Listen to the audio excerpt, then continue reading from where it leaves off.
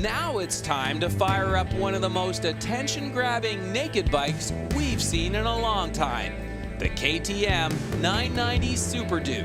Now, as you know, Austria's Orange Crush KTM has been producing some pretty sweet off-road bikes for a little over 50 years now. Back in 1996, in an effort to broaden their product line, they burst off the dusty trail and onto the street with their radical supermoto-inspired 620 Duke.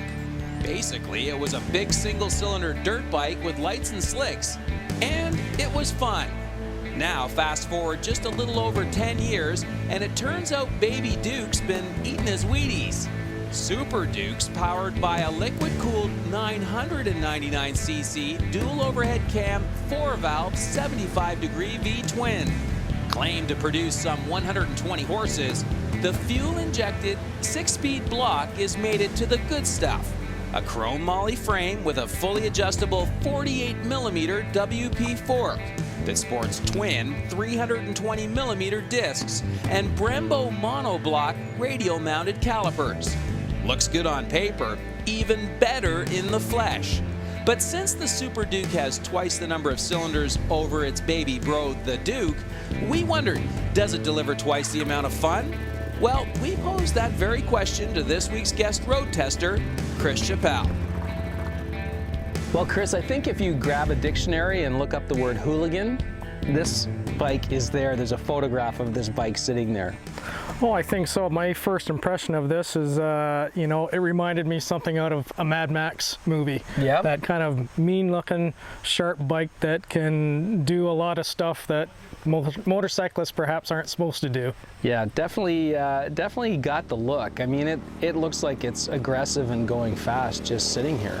Well, it is. It's the angles are really, really sharp on the bike, and that was one of the things I really liked. It's a naked bike. You know, there's a lot of the motor showing. The tubular frame, you know, looks great and shows off the motor. It's mean looking, but that it has a sex appeal to that meanness. Well, certainly a big part of that aggressive look is that V-twin engine. What did you think of it? Oh, it was great. The 75-degree V-twin is extremely strong motor. You know, it accounts for most of the weight of the bike, but the bike is very, very light. And it has power all the way from the bottom end all the way through the top in any gear. Just a really strong motor. It works really well. And it's a real part of the experience, eh? I mean, its torque is impressive. Well, that's just it. And coming from a 4-cylinder bike to riding something like this, the torque in this is just amazing. In any of the gears, no matter where I was riding at any speed, you know, just the throttle response was there. It was great, and the bike took off. You could feel it at any speed. Yeah. Now, what about the rest of the equation when it comes to the engine itself? How did you find the tranny and the clutch? I noticed the bike itself doesn't have a lot of clicks, so I felt like the shifter was still kind of getting broken in a little bit.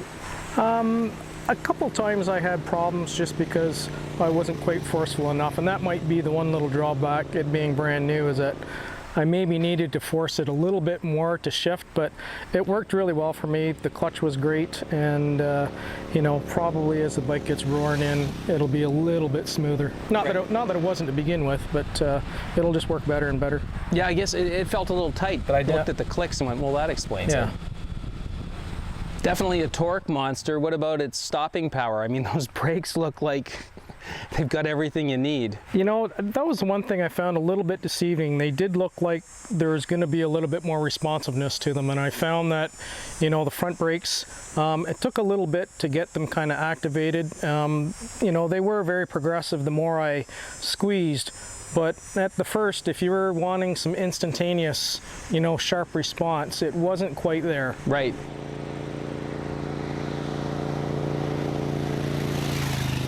So Chris, what did you think of the handlebars, the mirrors, the general cockpit layout, the controls? Oh, this is great. I like this because it's not complicated. You know, looking at the instrumentation, you know, the tack is very simple. You barely even have to look down and it shows. And then your speed, you know, on the other side. Very simple, plain, you know, very easy to read, you know, at all stages of the light today, which was great. The other thing that really impressed me about the cockpit too with the handlebars is the fact that I could see fantastic with these mirrors. You know, I could see all the way around me, and that was the one thing I was a little apprehensive about getting on a new bike and not being able to see well behind me. And this worked out great. The handlebars, you know, extremely comfortable, you know, really good riding position. I think they did a really good job, you know, of keeping it, you know, fairly simple and not complicated at all. So Chris, what's the one lasting impression? I just think pure excitement and fun. Well, I guess that's two impressions, but you know, I probably have 10 things to say. That just an extremely, you know, excitable ride or experience on the bike. A lot of fun. You know, it's the kind of bike that, you know, if you know how to ride, you won't ever get bored riding this bike. Great job today. Oh, thank you very much. Thank you, Chris.